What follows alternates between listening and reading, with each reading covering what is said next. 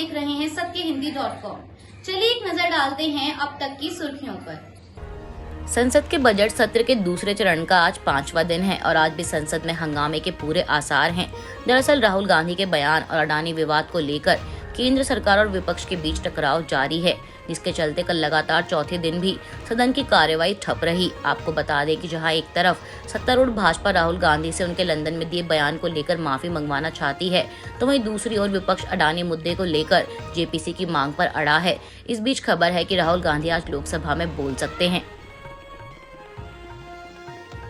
कांग्रेस नेता राहुल गांधी हाल ही में लंदन में भारत के लोकतंत्र को लेकर दिए गए अपने बयान के चलते इस समय चारों ओर से घिर गए हैं।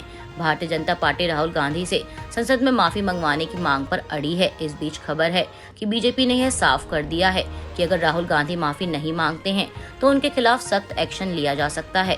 बीजेपी सांसद निशिकांत दुबे ने संसद, भारत के लोकतंत्र और संस्थानों का अपमान करने वाले बयानों के लिए राहुल गांधी के खिलाफ विशेष समिति बनाने की मांग की है। निशिकांत दुबे ने कहा कि राहुल गांधी की लोकसभा सदस्यता खत्म करने के लिए एक विशेष समिति बनाई जाए। बीजेपी सांसद का कहना है कि 2005 में प्रश्न के बदले पैसे लेने के मामले में विशेष समिति बनाई गई थी। संसद की गरिमा को चोट पहुंचाने के कारण विशेष समिति ने 11 सदस्यों की सदस्यता समाप्त कर दी थी, जिसे सुप्रीम कोर्ट ने भी सही ठहराया था। दुबे के मुताबिक राहुल गांधी ने यूरोप अमेरिका को बुलाने का आह्वान कर लगातार संसद और देश की गरिमा को तार-तार किया है, इसलिए उन्हें संसद से निकालने का वक्त आ गया है। विदेश में दिए गए राहुल गांधी के बयान पर बीजेपी के राष्ट्रीय अध्यक्ष जेपी नड्डा ने कांग्रेस पर निशाना साधते हुए कहा कि दुर्भाग्य की बात यह है कि देश विरोधी गतिविधियों में कांग्रेस पार्टी शामिल हो गई है। जनता की ओर से बार बार नकार दिए जाने के बाद अब राहुल गांधी इस देश विरोधी टूलकिट का एक स्थायी हिस्सा बन गए हैं। एक और आज भारत प्रधानमंत्री मोदी के नेतृत्व में दुनिया की 5वीं सबसे बड़ी अर्थव्यवस्था बन रहा है। G20 की बैठक हो रही है, लेकिन राहुल गांधी विदेशी धरती पर देश और संसद का अपमान कर रहे हैं।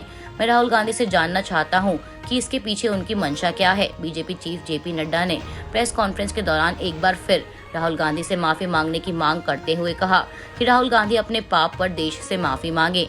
पाकिस्तान और कांग्रेस की भाषा एक जैसी है।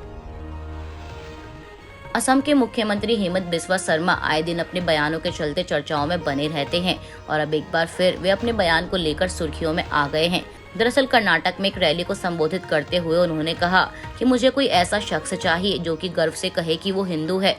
उन्होंने कहा कि हमारे देश में बहुत सारे लोग हैं जो कि बहुत गर्व से बोलते हैं कि मैं मुसलमान हूँ।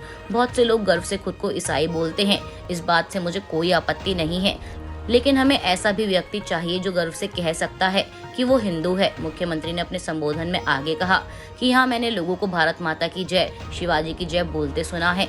ऐसे ही हमारा देश विश्व गुरु बनेगा। इसके साथ ही सीएम शर्मा ने कांग्रेस पर कटाक्ष करते हुए कहा कि कांग्रेस देश को कमजोर करने का काम कर रही है। उन्होंने कहा कि पहले मुगलों ने देश को कमजोर किया, कांग्रेस पार्टी आज के समय की मुगल है। इन्हें राम मंदिर बनने पर आपत्ति होती है। क्या आप मुगलों के बच्चे हैं? शर्मा ने आगे कहा कि दिल्ली के एक बादशाह ने एक समय पर मंदिर तोड़ने की बात कही थी, लेकिन केंद्र में फिलहाल मोदी सरकार है जो राम मंदिर निर्माण की बात हो रही है। यह नया भारत है। पाकिस्तान अगर भारत में आतंकी भेजता है तो हम पाकिस्तान में घुसकर उसको मारते हैं। महाराष्ट्र के उप मुख्यमंत्री देवेंद्र फडणवीस की पत्नी अमृता फडणवीस की शिकायत पर मुंबई पुलिस ने एक महिला डिजाइनर को गिरफ्तार किया है। महिला डिजाइनर का नाम अनिक्षा है और अमृता फडणवीस का अनिक्षा पर आरोप है कि उसने अपने पिता के खिलाफ दर्ज केस को खत्म करने के लिए रिश्वत देने की पेशकश की, साथ ही उन्हें फंसाने की धमकी भी दी थी। आपको बता दें कि इस मामले को लेकर एफआईआर फरवरी महीने में दर्ज की गई थी, लेकिन यह मामला मीडिया के सामने अब आया है और अब ये मुद्दा राजनीतिक विवाद बन गया है और विपक्ष ने महाराष्ट्र की स्थिति पर सवाल उठाया है। केंद्रीय गृह मंत्रालय द्वारा सीआईएसएफ में रिक्तियों में पूर्व अग्निवीरों के लिए 10% आरक्षण की घोषणा की गई है। बता दें कि मंत्रालय ने एक हफ्ते पहले सीमा सुरक्षा बल यानी बीएसएफ में भी पूर्व अग्निवीरों के लिए 10% आरक्षण की घोषणा की थी। इतना ही नहीं, मंत्रालय द्वारा अधिकतम आयु सीमा में छूट देने की भी अधिसूचना जारी की गई है, जो इस पर निर्भर करेगी कि वह अग्निवीर के पहले बैच के हैं या बाद वाले बैच के हैं। इस अधिसूचना में कहा गया है कि पूर्व अग्निवीरों को शारीरिक दक्षता परीक्षा में भी छूट दी जाएगी। गौरतलब है कि करीब एक हफ्ते पहले ही गृह मंत्रालय ने अग्निपथ योजना को बढ़ावा देने के लिए बीएसएफ में रिक्तियों में पूर्व अग्निवीरों के लिए ऊपरी आयु सीमा में छूट के साथ ही 10% आरक्षण देने की घोषणा की है। सीमा सुरक्षा बल जनरल ड्यूटी कैडर भर्ती नियम 2015 में संशोधन के बाद यह घोषणा एक अधिसूचना के जरिए दी गई है और यह 9 मार्च 2023 से प्रभावी है। आपको बता दें कि 10% रिक्तियां पूर्व अग्निवीरों के लिए आरक्षित होंगी। मंत्रालय ने कहा कि हालांकि पूर्व अग्निवीरों के पहले बैच के उम्मीदवारों के लिए ऊपरी आयु सीमा में 5 साल तक की छूट होगी। अन्य बैच के उम्मीदवारों के लिए सीमा में 3 साल तक की छूट होगी।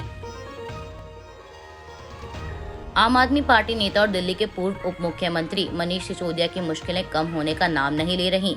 अब खबर है कि सीबीआई ने फीडबैक यूनिट मामले में सिसोदिया समेत दिल्ली के मुख्यमंत्री अरविंद केजरीवाल के सलाहकार गोपाल मोहन के खिलाफ एफआईआर दर्ज की है। एफआईआर के मुताबिक फीडबैक यूनिट केस में सिसोदिया समेत 6 लोगों के खिलाफ मामला दर्ज किया गया है। इन सभी के खिलाफ आईपीसी की धारा 120B, 403, 468, 471, 477 और भ्रष्टाचार रोकथाम अधिनियम के तहत मुकदमा दर्ज हुआ है। आपको बता दें कि सीबीआई द्वारा दर्ज एफआईआर में नई दिल्ली के तत्कालीन vigilance secretary Sukesh Kumar Jain, CISF के रिटायर्ड डीआईजी और फीडबैक यूनिट के जॉइंट डायरेक्टर और मुख्यमंत्री अरविंद केजरीवाल के विशेष सलाहकार Sukesh Kumar Jain, retired joint deputy director Pradeep Kumar Punj, CISF के retired assistant commandant Satish Khetrapal, Delhi के मुख्यमंत्री के सलाहकार गोपाल मोहन एवं अन्य के नाम शामिल हैं। ऐसे में देखा जाए तो पूरी की पूरी फीडबैक यूनिट ही सवालों के घेरे में आ गई है। गौरतलब है कि भारत सरकार के गृह मंत्रालय ने दिल्ली के उप मुख्यमंत्री मनीष सिसोदिया के खिलाफ भ्रष्टाचार का मामला दर्ज कर जांच करने की मंजूरी दी थी। ये मंजूरी दिल्ली सरकार की फीडबैक यूनिट के गठन और उसमें की गई अवैध नियुक्तियों में हुए भ्रष्टाचार को लेकर की गई थी। इस मामले में सीबीआई ने नवंबर 2016 में एफआईआर दर्ज कर अपनी जांच शुरू कर दी थी और पाया था कि इस यूनिट को बनाने में भ्रष्टाचार किया गया है और नियमों को ताक पर रखकर इसका गठन किया गया है। बता दें कि ये जांच सीबीआई ने तत्कालीन डिप्टी सेक्रेटरी विजिलेंस दिल्ली सरकार के.एस. मीणा की शिकायत पर की थी। आज के लिए बस इतना ही। बाकी की खबरों के लिए जुड़े रहिए सत्यहिंदी.com के साथ।